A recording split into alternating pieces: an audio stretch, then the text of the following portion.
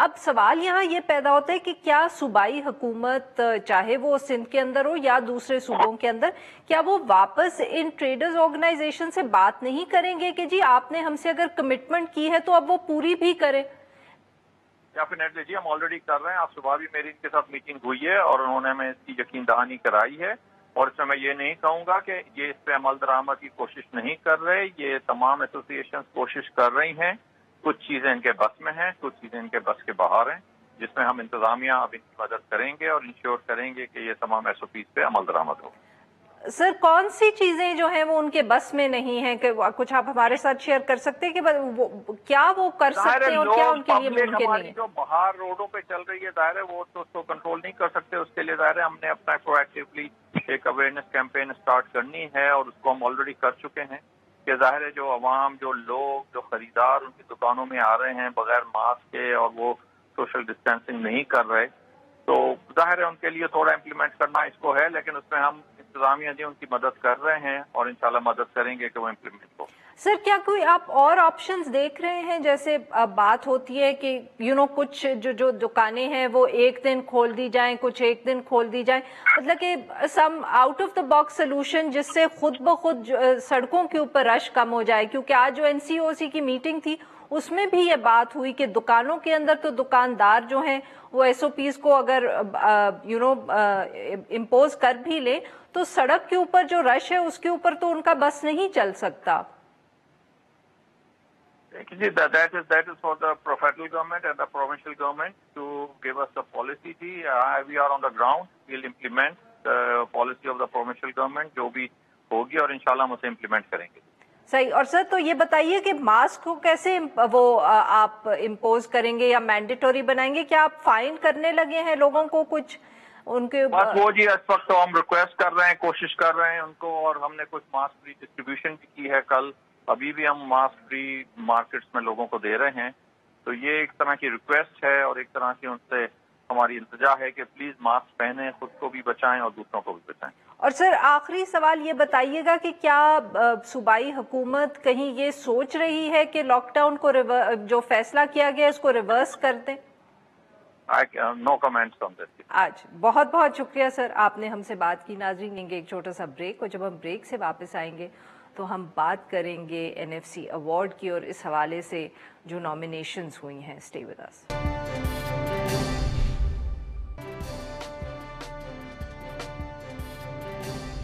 Welcome back. Programme کے اس حصے میں ہم ذکر کریں گے 10ویں نیشنل فائنانس کمیشن کا. گزشتہ روز جو صدر ہیں عارف الوی صاحب، انہوں نے NFC ایوارڈ کمیشن کا اعلان کر دیا.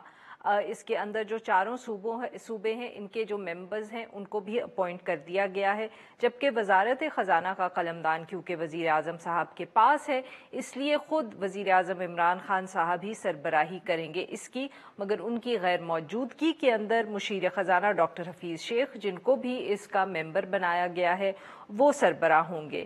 آئین کے آرٹیکل 162 کے تحت اس جو کمیشن ہے اس کے جو ٹرمز آف ریفرنس ہے ان کو بھی ڈیفائن کر دیا گیا ہے، جس کے اندر 10ویں NFC ایوارڈ کے لیے وفاق اور صوبوں کے درمیان جو وسائل ہیں، فائنینشیل وسائل اور ٹیکس ریونیوز ہیں، ان کی تقسیم کا فارمولا جو ہے وہ طے کیا جائے گا. ٹیکس کیٹیگری کے اندر امپورٹس اور ایکسپورٹ کے اوپر جو ٹیکس لگتا ہے، سیلز ٹیکس جو ہے، کپاس اور اس طرح کی جو بھی ایشوز کے اوپر ڈیوٹیز اور ایکسائز ٹیکس ہے، وہ سب کچھ شامل ہے اس کے اندر. 2010 کے اندر طے ہونے والا NFC ایوارڈ جو تھا اس کے اندر یہ فیصلہ کیا گیا تھا کہ وفاق کے پاس 43% رہے گا اور صوبوں کے پاس 57% جائے گا. مگر اس کے بعد جو NFC ایوارڈ ہے وہ وفاق کی جانب سے صوبوں کے لیے کو کہا گیا کہ اضافی جو اخراجات ہیں وہ برداشت کرنے کی تجویز دی گئی تھی، اور پھر اس کے بعد فیصلہ نہیں ہو سکا فائنل، اور پرانا ایوارڈ ہی چلتا رہا. اسی حوالے سے اب ہم گفتگو کریں گے جو بلوچستان کے NFC کے نامزد رکن ہیں جاوید جبار. ویلکم ٹو دا شو جاوید صاحب. بہت شکریہ. جی سر، سب سے پہلے تو آپ ہمیں یہ بتائیں، کیونکہ اس کے اوپر سوال بھی لوگ اٹھا رہے ہیں اور پوچھ بھی رہے ہیں کہ آپ کراچی کے رہنے والے ہیں، آپ بلوچستان کو ریپرزینٹ کیسے کر سکتے ہیں NFC کے اندر؟ بہت اس کے اوپر سوال اٹھے ہیں، اس لیے ہم شروع گفتگو کا آغاز یہاں سے کر رہے ہیں۔ بہت شکریہ سوال کا عارفہ صاحبہ۔ یہ یاد رہے کہ میں کراچی میں رہتا ہوں لیکن پاکستانی ہوں، اور پاکستان کا ہر حصہ میرے لیے اتنا ہی عزیز ہے جتنا کراچی ہے، اور شاید کچھ حد تک زیادہ، کیونکہ بلوچستان سب سے زیادہ پسماندہ صوبہ ہے، اور کیونکہ ہمیں کچھ ایسی خواہش رہی ہے گزشتہ 30 سے 40 سال تک کہ ہم نے چاروں صوبوں میں کوشش کی ہے کہ جہاں پر بھی پسماندگی زیادہ ہو وہاں رضاکارانہ کام کیا جائے۔ تو بلوچستان سے رشتہ بہت پرانا ہے، اور چاہے وہ فلم میکنگ کے ساتھ شروع ہوا ہو، ڈاکیومنٹری فلم میکنگ 1970s میں، اور اس کے بعد SPO ایک تنظیم ہے جس کا میں اس وقت چیئرمین بھی ہوں اور فیلو فاؤنڈر ہوں، تو وہ کام کرتی رہی ہے گزشتہ 35 آلموسٹ سال سے، اور بالخصوص 26 سال سے as its current form of SPO۔ تو ہم بلوچستان کے ذرے ذرے سے کچھ حد تک واقف ہیں، اور دوسری طرف ایک انڈیپینڈنٹ، ایک آزادانہ تحقیقاتی ادارہ ہے جس کا نام ہے social policy and development centre, جو کراچی میں ہے، اور ڈاکٹر حفیظ پاشا نے مجھے ویری کائنڈلی دعوت دی تھی کچھ 26 سال قبل کہ ہم اسے قائم کریں دیگر اور شخصیات کے ساتھ۔ وہ SPDC بالخصوص NFC ایوارڈز پر بڑی گہرائی کے ساتھ اس پر کام کرتی رہی ہے، اور ایک ہمارے سابقہ مینیجنگ ڈائریکٹر ڈاکٹر کیسر بنگالی گزشتہ سالوں میں ڈاکٹر ملک چیف منسٹر بلوچستان کے دوران انہوں نے بھی اسی حیثیت میں سرو کیا ہے جس کے لیے مجھے دعوت دی گئی۔ یہ ایک ایسی پوزیشن ہے جس کی مجھے کوئی توقع نہیں تھی، نہ میں کچھ ایکسپیکٹ کر رہا تھا، تو اچانک چیف منسٹر بلوچستان جان کمال صاحب نے یہ خواہش کا اظہار کیا، اور میں بڑا ان کا مشکور ہوں۔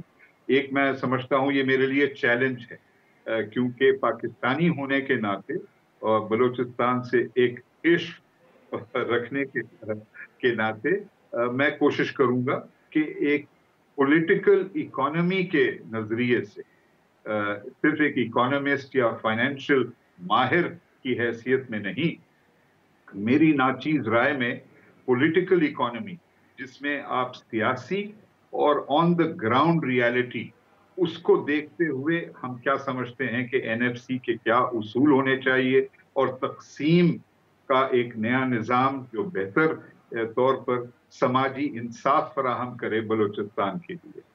تو اس مقصد سے میں نے یہ ان کا دعوت نامہ ایکسیپٹ کیا، اور ایک چیلنج ہے، میں پوری کوشش کروں گا کہ میں ان کے توقعات پر، ان کی امیدوں پر اتروں، لیکن اپنی طرف سے صحیح۔ جبار صاحب، کچھ اخبارات میں یہ بھی خبر آئی تھی کہ آپ نے انکار کر دیا ہے، آج ہی ایک سٹوری چھپی ہے، اس کے اندر لکھا ہوا ہے کہ انہوں نے آپ سے بات بھی کی اور آپ نے کہا کہ میں بتاؤں گا، I haven't decided yet۔ کیا یہ جو ایک انسرٹنٹی تھی جو اب اس وقت آبویسلی آپ کے جواب سے لگ رہا ہے کہ شاید کوئی مس کمیونیکیشن ہوئی یا کیا ہوئی، تو کیا ہم کہہ سکتے ہیں کہ جو ایک اپوزیشن کی طرف سے قومی اسمبلی کے ایک ممبر نے بھی، شاید جو بلوچستان کی صوبائی اسمبلی ہے ان کے ایک ممبر نے بھی کہا کہ وہ آپ کی نامزدگی کو چیلنج کریں گے، کیا یہ وجہ تھی کہ یو ور ریلکٹنٹ، یا یہ غلط انفارمیشن آج اخبار میں آئی ہے؟